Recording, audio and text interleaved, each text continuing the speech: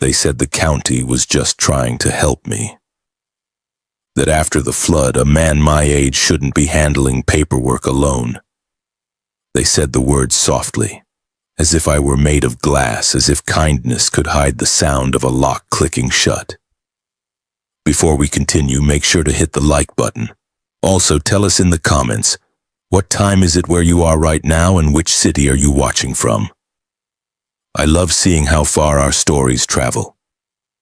But let's get back to that morning. There's a water line on the cinder block wall of my father's old repair garage, faint and brown, marking how high the river came when it jumped its banks. I traced it with one finger and thought, that's how time measures a man too. Floods and losses, each leaving their own thin scar. I'd been sweeping out mud for hours when my son-in-law pulled up. Shiny black pickup, too clean for this side of the river. He climbed out with a clipboard and a smile that didn't touch his eyes. Beside him stood a stranger in a blue blazer, city shoes sinking in the silt. Grover, my son-in-law said, this is Caleb Morton, probate specialist, works with the county's emergency guardianship team. We're just getting things in order. I looked down at my boots. Steel toes, cracked leather, 30 years of work in the rails. Then up at Caleb's manicured hand. Guardianship, I repeated slow as if tasting the word. Didn't know I needed guarding. Caleb chuckled politely. It's only temporary, sir, just a 72-hour hold. Lets us handle insurance, disaster relief grants, safety inspections. Keeps you from being taken advantage of. I see, I said, though I didn't. Or rather I did and didn't like it. Behind them, the garage door sagged off its track, soaked workbenches leaning like tired men. My father's lantern still hung from the rafter beam, rusted but upright. That lantern survived 3 floods, 2 fires, and 1 war. It wasn't about to surrender to paperwork. You'll just need to initial here, Caleb said, sliding a stack of forms onto the hood of my truck. Yellow tabs fluttered like warning flags. Tell me, I asked quietly, how much time you spent fixing carburetors. He blinked. I'm sorry? Because if you had, I said, you'd know not to touch another man's tools without asking. I folded the papers shut and handed them back. My son-in-law shifted. Grover, don't make this difficult. The house, the garage, they're under inspection. You can't stay here alone. Then it's a good thing I'm not alone, I said, and walked inside. The air was damp and heavy, smelling of oil, mildew, and something older, the kind of scent that holds memory. I found the clock my father gave me when I turned 16. A pendulum piece, walnut casing, slow tick steady as a rail crossing bell. I'd cleaned it last winter, though it hadn't run right since. Now I lifted it off the wall, set it on the workbench, and with a small screwdriver opened the back. Inside, a new tenant, a pinhole camera, battery-powered, no bigger than a coin. A gift from a neighbor kid named Ralphie Vega, who'd been helping me pull debris out of the drain ditch. Never know when someone's gonna try to write you out of your own life, Ralphie had said. Might as well keep proof. I positioned the clock back on its hook, pendulum-centered, tiny lens facing the workbench and the door. The tick resumed, faint, irregular, like a nervous heartbeat. Outside, Caleb's voice drifted through the open window. We'll get the petition notarized today. He'll thank us later. I smiled. We'll see about that. After they left, I boiled water on the camp stove, spooned instant coffee into a chipped mug. The flood had taken power, but I still had propane and stubbornness. As the steam rose, I sat on the old stool by the window and listened to the river, to the crows, to the sound of the world pretending it had forgotten me. Funny thing about forgetting. It only works if both sides agree. When the mug emptied, I reached for my ledger. Every bolt and wrench that ever passed through this garage was listed in that book, along with repairs, owners, costs. My father had started it in 1948, and I'd kept it going page after page. Each entry a story, each number a memory. I flipped to a blank sheet and began a new column, not for engines this time, but for people. Caleb Morton, Blue Blazer probate attorney. Son-in-law, complicit pressure tactics. Petition for guardianship, unsigned. Proof, clock camera active.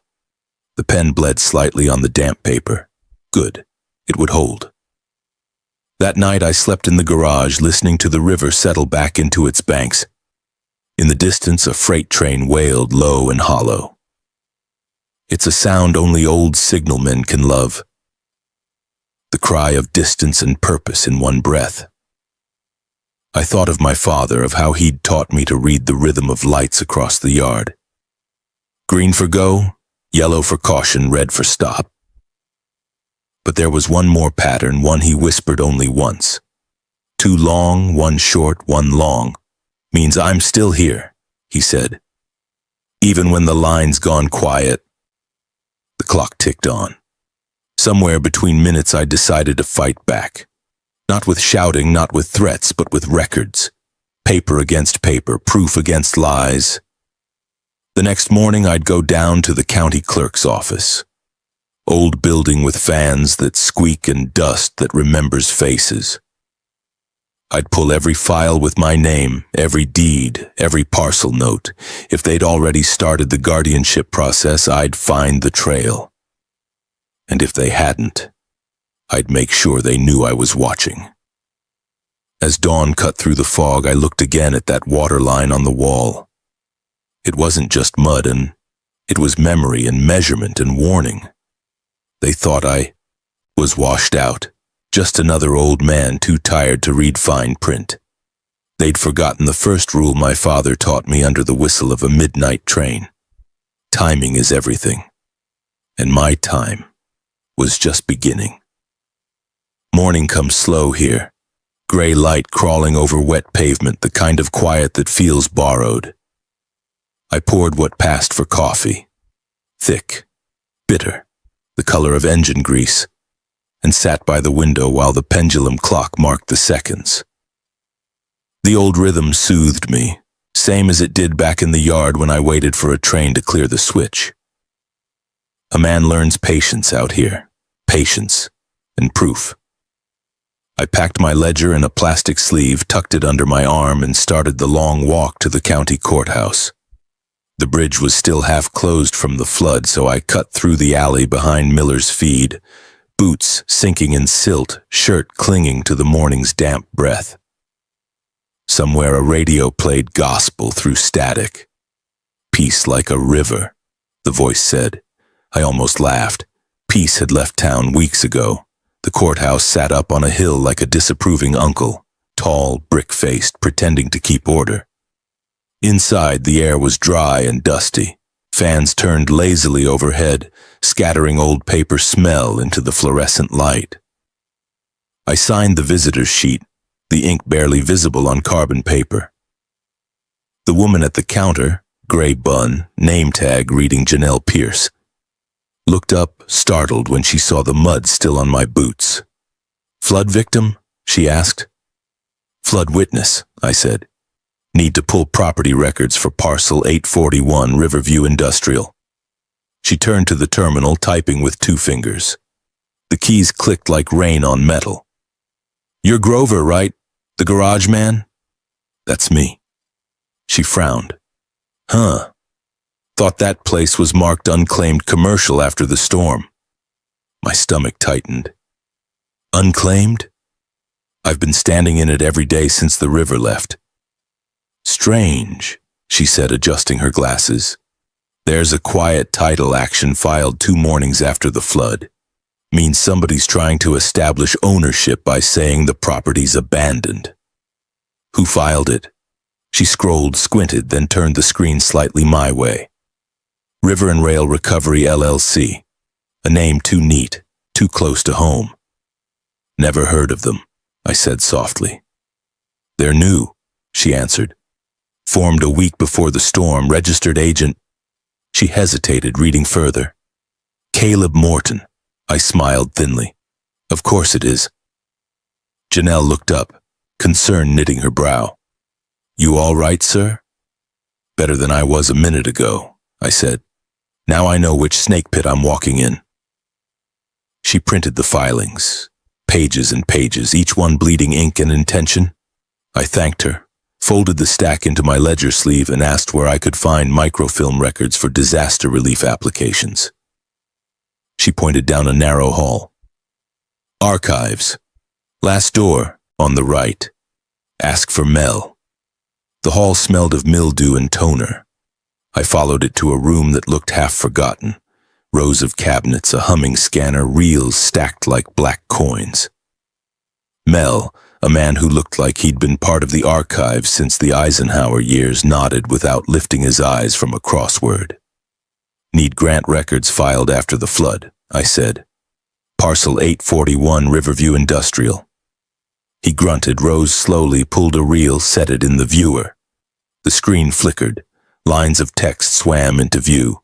Applications, signatures, timestamps. And there it was again. River and Rail Recovery LLC, applying for demolition relief, claiming total structural loss. Demolition. The garage wasn't even cracked through the foundation.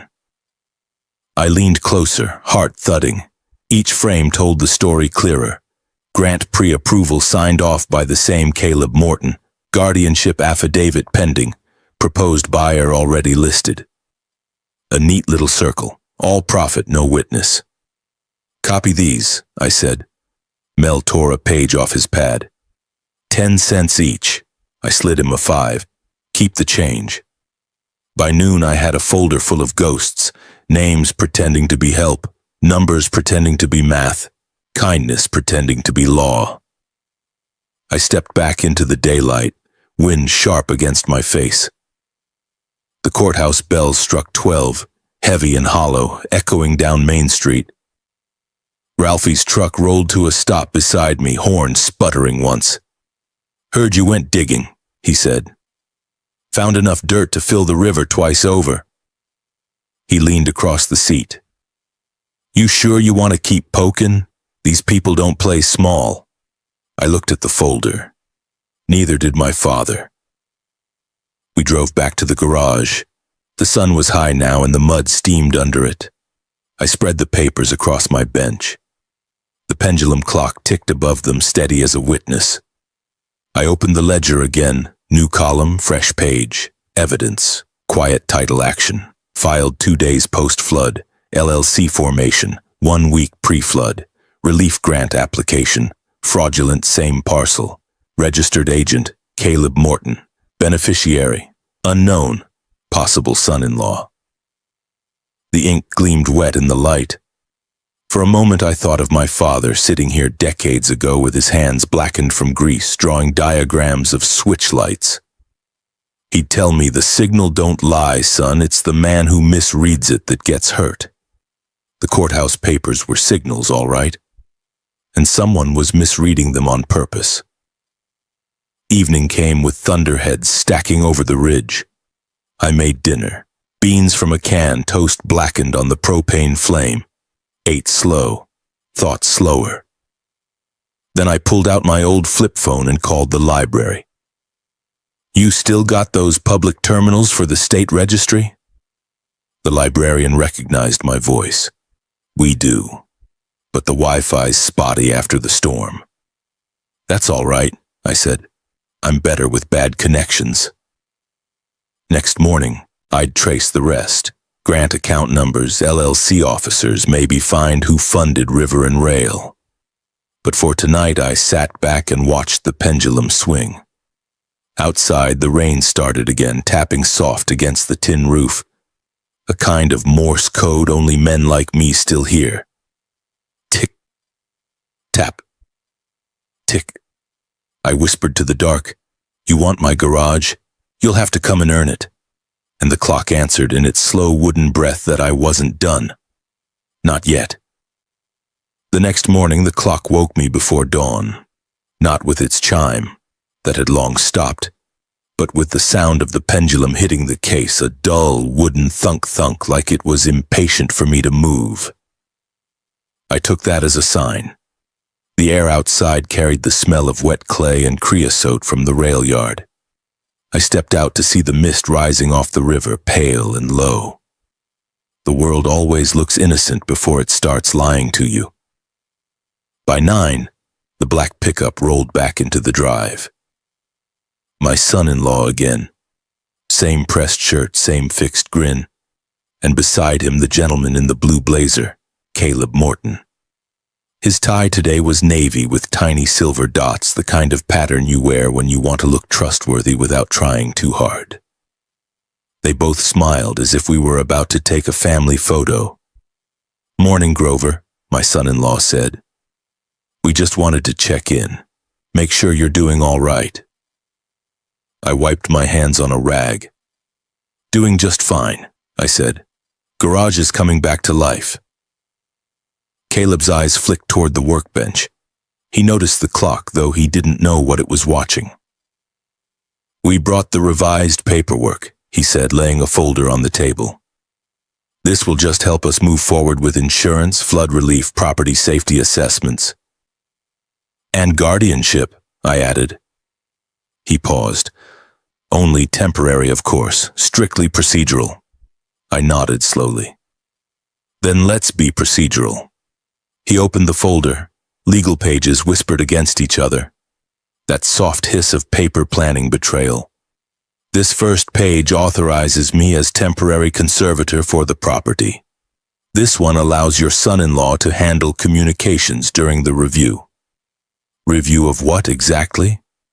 "Just to confirm that you're capable of managing affairs during this difficult time." I smiled. "And who gets to decide that?" He blinked. "The physician's evaluation, of course, it's standard protocol." "That'd be the teledoc who's never met me?" Caleb's eyes flickered just once, but I saw it. The tell. "It's a routine virtual assessment, sir, given post-disaster restrictions." "Post-disaster?" I repeated, meaning after my house was still standing, my mind still clear, and my coffee still strong. My son-in-law shifted in his chair. "Grover, please. We're not the enemy here." I leaned forward. "Then who is?"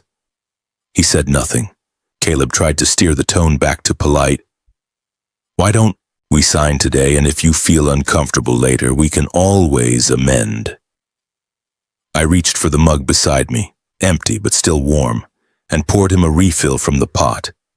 "Coffee?" "Thank you." He lifted it, took a cautious sip. I waited. "You know," I said quietly, "in all my years on the rails, I learned one thing. Timing tells truth. A man hesitates at the wrong second, and you see what he's hiding." "You just hesitated, Caleb." His hand froze halfway to the table. I smiled faintly. "You mentioned a buyer before, last time you were here. Mind reminding me who that was?" "I don't recall saying—" "Oh, but you did." Pendulum clock right there heard every word. He turned his head slightly toward the clock, then back to me. His smile faltered. "I'm sure you're mistaken." I shrugged. "Probably. My memory's slipping, they say." He didn't answer. When they left, the clock's lens had caught everything. Caleb's coaching tone, the way my son-in-law's hand hovered over the signature line, the mention, once again, of a buyer ready to step in. That would be enough for the start. Not the finish, but the start. I stood at the window watching their truck climb the hill. Mud spun off the tires like smoke. The river murmured beyond the trees. Somewhere a crow called once, twice. The same kind of sound my father used to mimic to signal wait. I waited until they were gone, then reached for the phone. Eddie Salerno answered on the third ring. "Grover, been a while. You finally quit retirement?" "Thinking of picking up a new hobby," I said. "You still got contacts at the county auction office?" He laughed. You mean Maya? She's running the property docket now. You in some kind of trouble? Not yet, I said, but I plan to be by next week. Tell me you didn't let someone talk you into guardianship nonsense. Working on the opposite, I said. Eddie's voice softened. You always were too sharp for your own good. I'll make a call. Maya'll meet you. After we hung up, I checked the voicemail on my flip phone. One new message time-stamped an hour earlier. Caleb's voice. I've spoken with the buyer. We'll open bidding at the minimum lien value. Make sure he's prepared to raise to the assessed demolition cost. No, he won't be there in person. We'll handle through proxy. The old man's just signing his life away tomorrow anyway. I let the phone drop to the table. The pendulum ticked on, steady and calm. I didn't feel calm. But anger, when you've lived as long as I have, doesn't come out in shouts. It comes out in ink. I wrote again in the ledger. New heading, voicemail evidence. Fraudulent coordination confirmed. I played the message twice more, copying the timestamp by hand. Each number, each pause. When I finished, the page looked like a map. Outside, the storm clouds were rolling in again. Thick, low, dark as old iron. The kind that bring memory with them. I poured another cup of coffee and went back to the window. I thought about my wife, how she used to stand here during storms watching the street turn to a river. She'd say, "Water only takes what's loose, Grover. Hold fast and it'll go around you."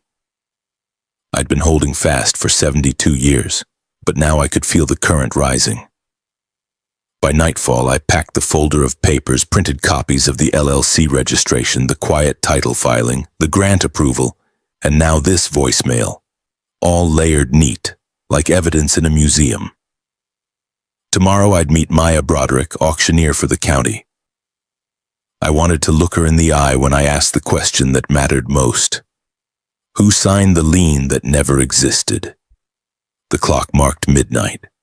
I wound it once just to keep the rhythm steady. The pendulum swung slow and patient, each arc slicing the dark in half. Timing, I whispered, is still mine. And I sat there listening until the rain swallowed the sound. There's a sound that every old mechanic knows. The sigh of metal waking under a hand. When I rolled open the garage door that morning, the hinges groaned like they were complaining. But then the breath of daylight spilled across the floor and everything looked alive again. The river had left behind a film of silt and the faint smell of rot. I wiped the bench clean, set down my coffee, and began the only way I know how to think. By working. The wrench in my hand felt familiar, honest. It never lied to me. I polished the floodline off the wall inch by inch until only a shadow remained. Then I started re-inking my father's old rubber stamp, the one that still read Grover and Sons Repair in faded letters. He used to press that into every invoice, a mark of promise, he'd say. If a man signs his name on something, he better stand by it. That stamp was my inheritance more than the building itself. By mid-morning, the rain had settled into a whisper. I decided to see who else the flood had hurt. Sometimes the truth hides better in other people's stories. I walked down to Benny's Diner, the only place open, half the stools missing their vinyl, the air smelling of burnt toast and bleach. A handful of old-timers sat at the counter stirring weak coffee. Ralphie was there, nursing a plate of eggs. He nodded me over. "You look like a man who hasn't slept," he said. "I've been talking to ghosts," I said, sliding onto the stool beside him. He raised an eyebrow. "The living kind or the dead?" "Mostly the living." I told him about Caleb's visit, the clock recording, the voicemail, the buyer waiting in the wings. He listened without interrupting, just tapping his fork against the plate in slow rhythm. When I finished, he said, "You're not the only one they tried this with. You remember old Mrs. Harkins out by the levee?" "Sure, the woman with the bird feeders." "She's in a nursing home now. Said she couldn't read what she was signing after her basement flooded. Turns out she deeded her whole property to a trustee she never met. Same county office handled it. Same law firm name at the bottom. Caleb Morton. Bingo. Ralphie slid a folded paper from his jacket pocket, a copy of a public notice. Notice of Leon's sale. Harkin's estate, dated the same week as mine. How'd you get this? I asked. Buddy of mine works for code enforcement. Said he's seen 5 of these since the storm. 5. I looked down at the paper, felt the weight of it. A pattern was taking shape, same as when you trace wiring diagrams. The same hand repeating the same mistake across the circuit. Thanks, Ralphie, he shrugged. You gonna take it to the cops? Not yet, I said. Paperwork got us into this mess. Paperwork's gonna get us out. I left the diner and walked to the library. The front doors stuck from humidity, and inside it smelled like wet cardboard and lemon cleaner. The librarian, a thin woman with silver hair and sharp eyes, smiled when she saw me. Back again, Grover? Back for the truth, I said.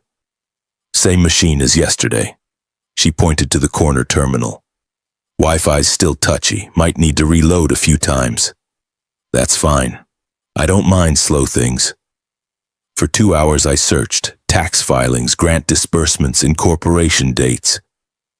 Each click another piece in the pattern. River and Rail Recovery LLC had received 3 separate payouts from the state's Emergency Redevelopment Fund. Addresses different, but all with the same signatures. Caleb Morton, and a secondary contact, T.J. Howard. My son-in-law's initials are T.J. When I saw that, I felt the breath leave me. Not surprise, confirmation. A kind of stillness that comes when you've been waiting for the signal and it finally turns green. I printed every document, careful not to miss a page. Then I walked 2 blocks to the county courthouse and filed a motion to contest guardianship, attaching copies of the teledoc affidavit, the property filings, the voicemail transcript, and Ralphie's notice. The clerk stamped it with a hollow thunk that echoed through the marble hall. As the ink dried, I stood a moment longer than I needed to. That stamp sound. It reminded me of my father's own press, the one I'd used that morning. A mark that says here, this is mine. Outside, the sky was turning. Heavy clouds rolled down from the ridge, the kind that's swallow sound. I walked home, wind tugging at my sleeves. In the garage, I sat at the bench and began writing a letter. Not to the county, not to Caleb, but to my daughter. I told her what I'd found, what I planned. I told her I didn't blame her, but that she needed to understand who her husband had become. My hand trembled once, but I finished it, folded it, set it under the lantern. By evening, the sirens started, not emergency ones, the weekly test the county runs every Thursday at 6. They rose in that long, aching tone that always made me stop whatever I was doing and listen. When I worked the rails, we had our own code for danger. 2 long blasts, 1 short, 1 long. The old at the crossing call. I heard it now inside the siren's howl, and it steadied me. I looked up at the clock, its pendulum swaying calm as breath. The recording light blinked red, still running. All right, I said to no one in particular. Let's give them their show. Tomorrow was the auction. They thought I'd crumble before then, sign the guardianship, vanish quietly into some assisted living wing while they divided up the spoils. But I'd seen too many men mistake silence for surrender. I laid out the papers, each one a weapon sharper than any blade. The voicemail transcript, the microfilm copies, the grant records, the petition. Then, under the glow of the single bulb, I packed them into a leather satchel my wife had given me years ago. Still smelled faintly of her perfume, lavender and tobacco. When I latched it shut, I whispered, "Wish me luck, love." The river murmured back through the open door, soft and low. Somewhere beyond the ridge, lightning split the clouds. For a moment, the whole garage flashed white. The tools, the waterline, the clock, everything caught mid-breath, as if the world was waiting for what came next. I was waiting too, but not for rescue, for justice. The courthouse basement always smelled like chalk dust and rust, a smell I'd known my whole life, the kind that clings to you after years of work and won't wash off no matter how hard you try. Rows of folding chairs filled the room. A dozen men in ball caps and 2 women in heels sat clutching clipboards, eyes flicking to the front where the auction podium waited. Fluorescent lights hummed overhead. Somewhere a vent rattled like loose change. I walked in slow. The leather satchel hung heavy at my side, the weight of truth measured in paper and ink. "Grover!" Eddie Salerno waved me over from the back. His face looked the same as it did 30 years ago, tired eyes, strong jaw, the kind of man who'd bleed Union blue until the day he died. "You sure you want to do this?" he whispered when I sat. "Too late to turn back," I said. He nodded once. "Maya's running the docket. She's fair. Just don't let her stop you before you speak. These things move fast." The auctioneer's voice cut through the air, clear, rhythmic, trained for authority. "Good morning, folks. I'm Maya Broderick, County Auction Officer. We'll begin with the properties listed under post-flood lien transfers, starting with Parcel 841 Riverview Industrial. That was mine." Caleb sat 2 rows ahead, shoulders squared, suit perfect. My son-in-law beside him. Same grin he wore when he married my daughter, the grin that once made me believe he'd take care of her. Now it just looked like a mask that had cracked but refused to fall. Maya shuffled her notes. "We'll start bidding at assessed lien value, $48,000. Do I have an opening?" "Ma'am," I said, standing. My voice came out steadier than I expected. "Before we start, I'd like to clarify something about that parcel." Heads turned. Some annoyed, some curious. Caleb rose halfway, forcing a smile. "Madam Auctioneer, this gentleman is under pending guardianship review. Perhaps we should—" Maya held up a hand. "Let him speak. Proceed, sir." I walked to the front, each step slow, deliberate. When I reached the podium, I placed the satchel on it and unbuckled the strap. "I'm Grover," I said. "Owner of Riverview Industrial, 48 years. The county may think this property's unclaimed, but I'm here to claim it."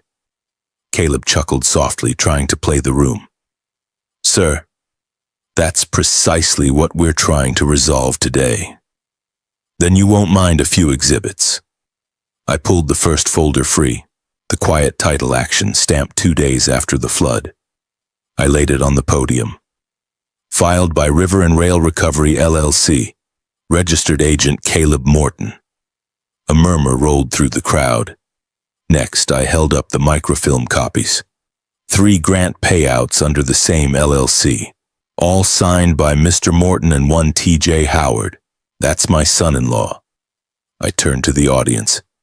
These grants were for demolition. The building you're sitting in right now is older than mine, but they want mine gone. Caleb started to speak, but I cut him off. "There's more." I reached for the small clock I'd brought. My father's pendulum piece. I set it on the podium facing the room. The tick echoed like a heartbeat under the hum of the lights. "This clock's been in my garage since 1952, and 2 weeks ago it recorded this." I pressed play on the tiny speaker I'd wired into the back. The room filled with Caleb's voice. "We'll open bidding at the minimum lien value. Make sure the buyer's ready to raise. The old man's signing his life away tomorrow anyway." The words hung in the air. Then silence. Caleb went pale. My son-in-law's jaw worked, but no sound came out. Maya blinked, then straightened her papers. "Mr. Morton, do you have an explanation for this?" He tried, something about context, misunderstanding, normal procedure. But the words stumbled out wrong. They always do when the ground starts giving way. I turned back to her. Madam Auctioneer, before any sale proceeds, I'd ask that you confirm who holds legal title on file." She hesitated, then looked to her clerk. A few keystrokes later, the clerk read aloud, voice tight.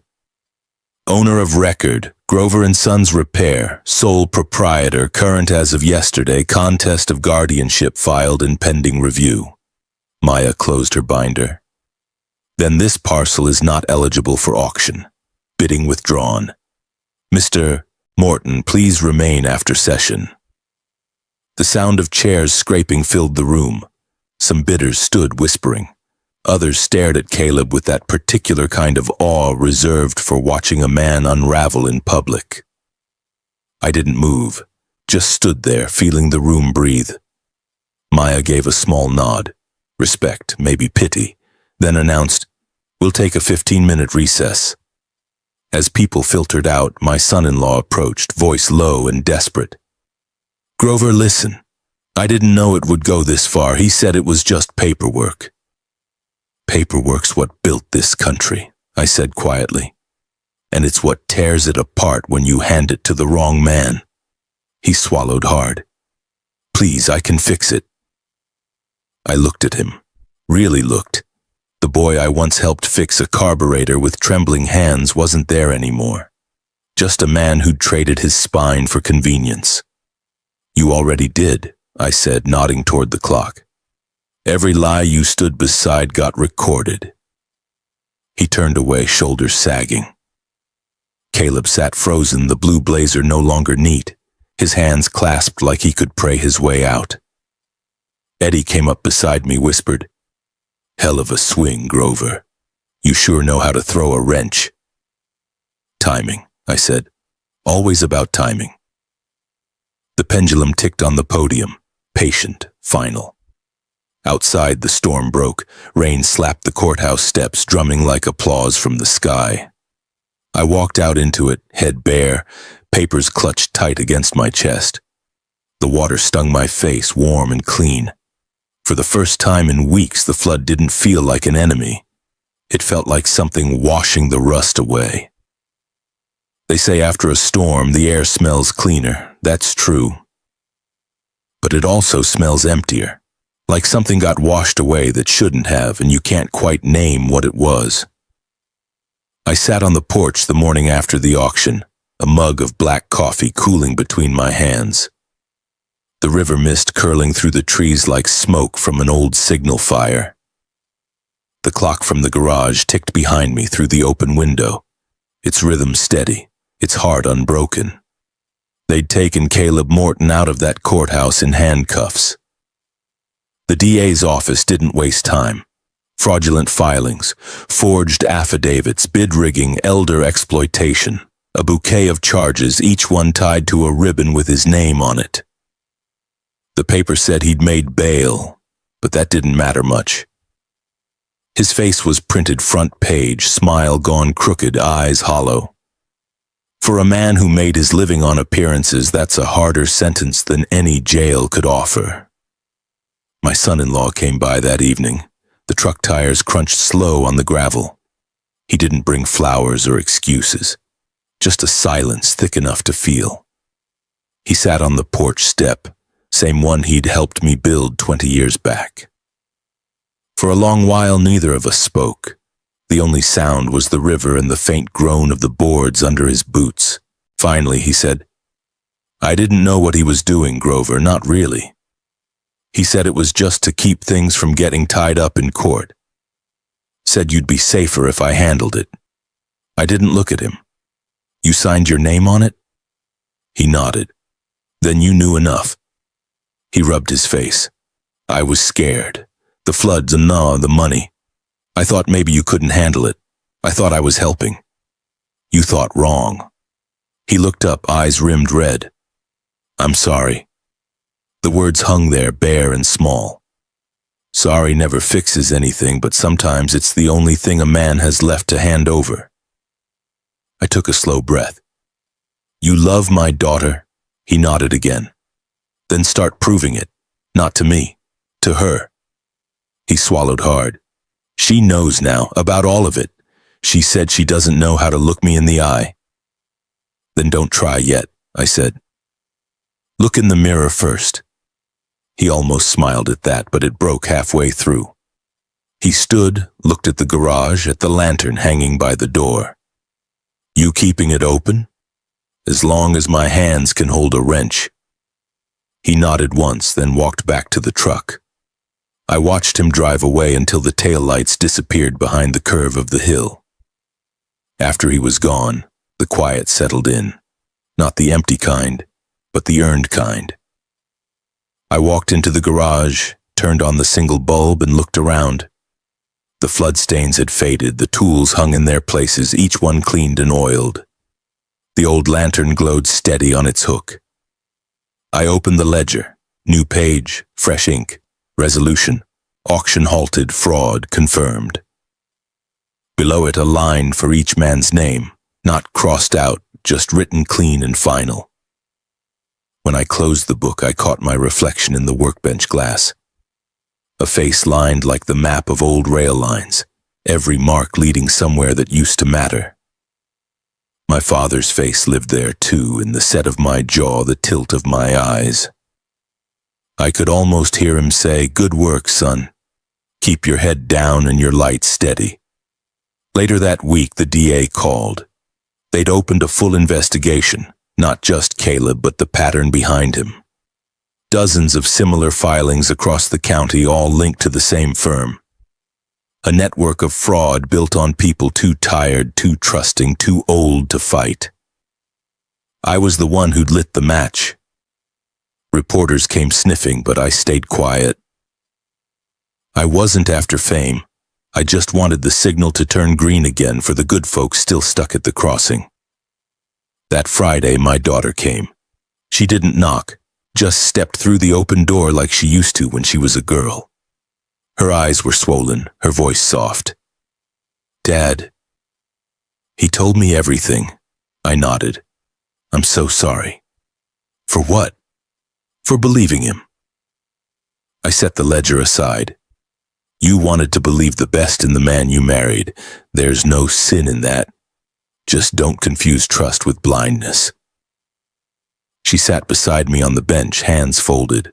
"What happens now?" "Life," I said. "Same as always. You build it again, brick by brick." She smiled faintly. "You're not moving, are you?" "Wouldn't know how." We sat there until the light outside turned honey-colored and the sound of crickets began to hum through the fields. She rested her head on my shoulder. First time since she was a child. For a while, we didn't speak at all. Later, when she left, I stood in the doorway and watched her go. Her taillights faded the same way her husband's had, only slower, softer. The road swallowed them both, but this time, I didn't feel alone. I went back to the porch. The river glowed under the moon, slow and sure.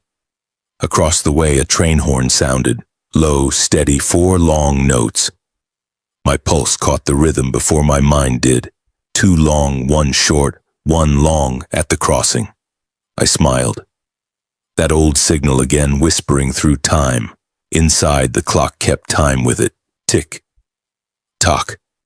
Steady as a heartbeat, and in that rhythm something loosened. Anger maybe, or grief, and for the first time in a long time I felt the steam leave me. Slow, gentle like a whistle winding down after the last train of the night. By autumn, the leaves along Riverview turned copper and gold, the color of old pennies left too long in the sun. The air carried that scent I've always loved. Part smoke, part rain, part memory. The garage door rattled open smoother these days. I'd greased the track and replaced the warped rollers myself. Inside, everything had its place again. Wrenches hanging in rows, the bench cleared of flood silt, and the old clock ticking steady on the wall. They'd finished the county hearings by then. Caleb Morton had pled guilty to reduced charges, enough to put him behind bars for years, though not long enough if you ask me. The paper said the state planned new legislation on guardianship oversight, auction transparency, and disaster grant auditing. Words on a page, sure, but words that would outlive me. Ralphie stopped by that morning carrying a cardboard box full of fresh bolts. "They're yours," he said, setting them down. "Bought 'em at a clearance sale. Figured you'd find better use for 'em than I would." I smiled. "That makes us even then." He grinned. "Even for what?" "For the camera you gave me. Might have saved my life." He waved it off. "You saved your own. I just lent the hardware." We shared coffee in the doorway, watching the fog lift off the river. "You gonna teach anyone the trade again?" he asked. I shrugged. "Maybe. Got a little one coming around on weekends now, my grandson. Likes the sound of the grinder more than the toys his mother buys him." That's how it starts. He left me there with my thoughts and the smell of fresh oil. That afternoon, the county invited me to the Union Hall. They were holding a workshop on post-disaster property protection, using my case as the example. I didn't want to speak, but they insisted. So I went. The hall was full. Men, women, retirees, folks who'd lost homes, folks who almost had. The DA was there too, standing near the back with his arms folded, nodding like a man who'd seen too many wrong turns in his life. When they called my name, I walked up slow. The microphone squealed once, then settled. I looked at all those faces, tired, hopeful, scared, and said what I knew. "I'm no lawyer," I began. "I'm no politician, I'm a signalman. My job used to be watching lights that told men when to stop and when to go. You do that long enough, you start to see the world in the same way. There are signals everywhere, in the fine print, in a man's hesitation, in how fast someone smiles when they tell you not to worry. You learn to read them. And when the light turns red, you don't step forward just because someone says it's safe." The room stayed quiet. I nearly lost my father's garage because I trusted people who talked like they knew better than me. I'm not ashamed of that. Trust is what keeps us human. But what I learned is you can't hand it away without looking where it lands. I paused, looked down at my hands, grease still under the nails. My old man used to say, "Paper remembers what people forget." So write things down. Keep copies. Ask questions. And when the world starts calling you old or slow or helpless, prove them wrong by staying steady. A few folks clapped. Others just nodded. But I could see it in their eyes. The message had landed. Afterward, the DA shook my hand. "You might have started something here, Grover," he said. "A whole new standard." "I just kept the light from turning red," I told him. That night I drove home with the windows down. The air was crisp, the kind that makes you feel your age and your youth at the same time. When I turned onto Riverview, I saw the lantern glowing on the porch. My daughter must have stopped by while I was gone, left it lit for me, same way my wife used to. Inside, my grandson sat cross-legged on the floor, a box of old bolts in front of him. "Grandpa," he said, holding one up, "these all the same size?" "Not even close," I said, kneeling beside him. "Each one's meant for something different. The trick is knowing which fits where." He grinned, tooth missing in front. "You'll teach me?" "I already am." We spent the rest of the evening sorting metal, the soft clink of bolts like rain on tin. When his mother came to get him, he didn't want to leave. I told him he could come again next weekend. After they drove off, I stayed in the garage a while longer. The lantern cast long shadows across the wall. The clock ticked on. I picked up my father's wrench, the one with his initials scratched on the handle. Ran my thumb along the grooves until I felt the pattern by heart. It fit my hand like it always had, heavy, honest, alive. Outside, dusk settled over the river. The rails across the valley shimmered with the last light of day. And then I heard it, faint at first, then stronger, a train horn rolling through the distance. Two long, one short, one long. At the crossing, the sound carried across the fields, low and full, as if the earth itself was breathing with me. I closed my eyes and smiled. I hear you, old man, I whispered. We're clear to proceed. The clock answered with its patient tick. Tick. Tick. Steady as ever, marking not just time, but everything I'd fought to keep. And for the first time since the flood, the world felt right again. If Grover's story meant something to you, if it reminded you that truth doesn't grow old, it just takes its time, then make sure to hit the like button before you go. It helps these stories find their way to more hearts that need them. Tell me in the comments, what part of Grover's journey spoke to you the most?